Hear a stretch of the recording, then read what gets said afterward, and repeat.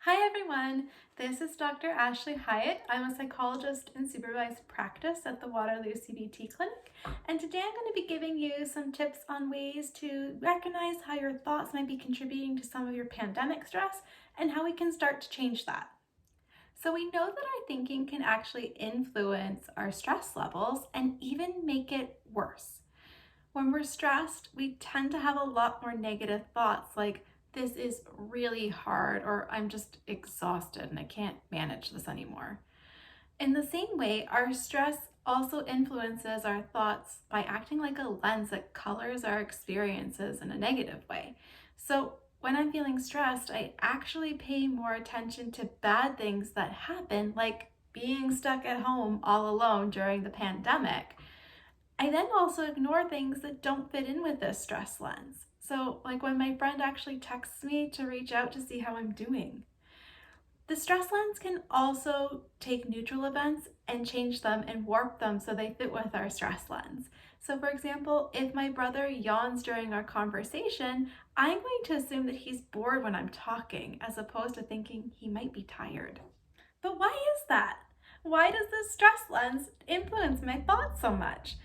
Our thoughts are actually made up of a lot of different things. Our thoughts are our memories, there are our interpretations, there are our assumptions, and there are our beliefs about the world around us.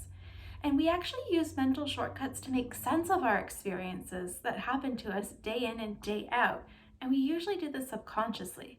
These shortcuts that we take are actually what we call thinking traps, and that's how we categorize different types of thoughts, interpretations, and assumptions and beliefs we have.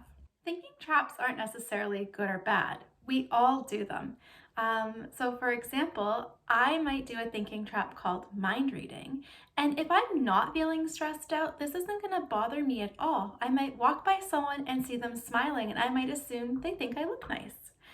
However, if my stress lens is activated and I'm feeling really stressed out, I'm going to interpret this neutral event differently. I'm actually going to believe that they're like making fun of me in some way or judging me in some way.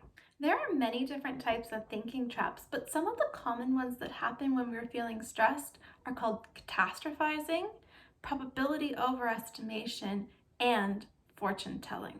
And I'm going to break all three of these down for you.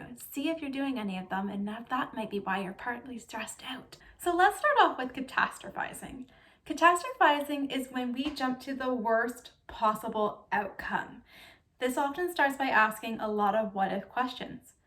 What if the pandemic goes on for months and months and months? And then what if I lose my job? And what if then I can't pay my rent? And then I'll get evicted, and then my partner will leave me, and then I won't be able to cope.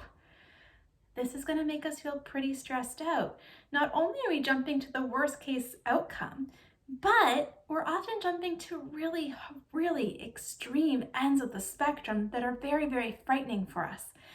This then usually leads to another thinking trap called probability overestimation, which is where we drastically overestimate the likelihood or probability of that feared outcome actually taking place. So, catastrophizing is thinking I'll lose my job, then I'll lose my apartment, and then I'll lose my partner. Well, probability overestimation makes me believe that this is very likely to take place, instead of viewing it as just one possible outcome among a host of many other possibilities. This then leads us to engage in fortune telling.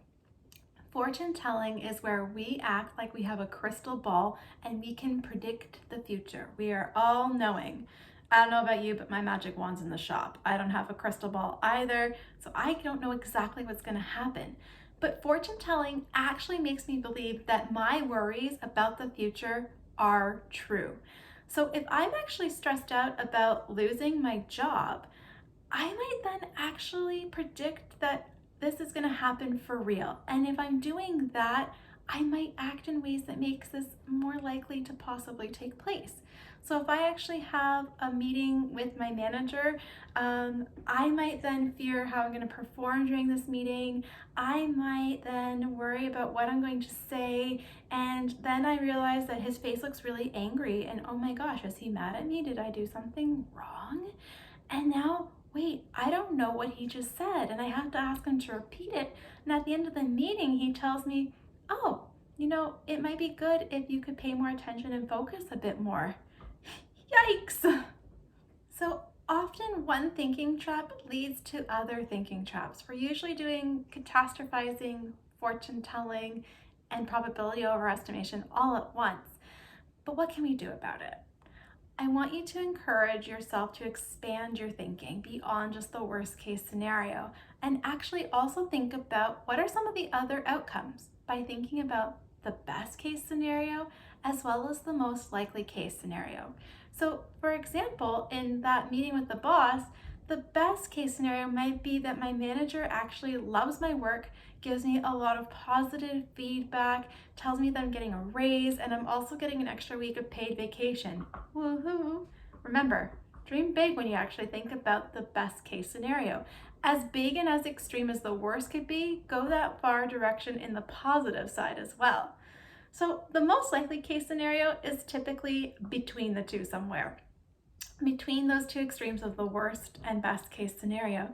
So in this case, it might be that the boss tells me about some things that I've done really well, gives me some positive feedback, and then also a couple of critiques and things that I can work on to improve, right?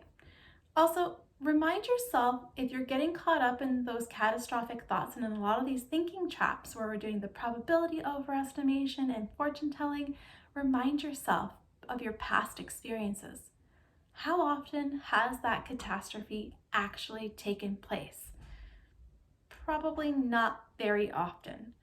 Also, it's really important to remind yourself of your strengths, of your skills, and of the resources you have available to you. Even if something bad did happen, what could you do to get through it? Odds are you have survived and have experienced some challenges throughout your life already. And if this happened again in the future, you would cope. So next time you notice that you're feeling really stressed, I want to encourage you to pause. Ask yourself, am I doing a thinking trap?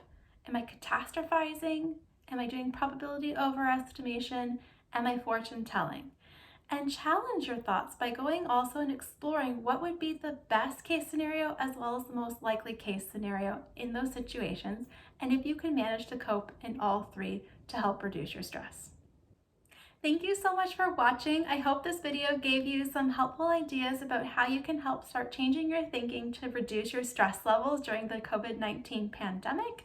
This is part 2 of a 3-part video series, so also check out my other videos, one giving some general tips on how to manage stress during the pandemic, and another one looking at how we can change our behaviors to help with our stress levels. Thank you so much. Bye-bye.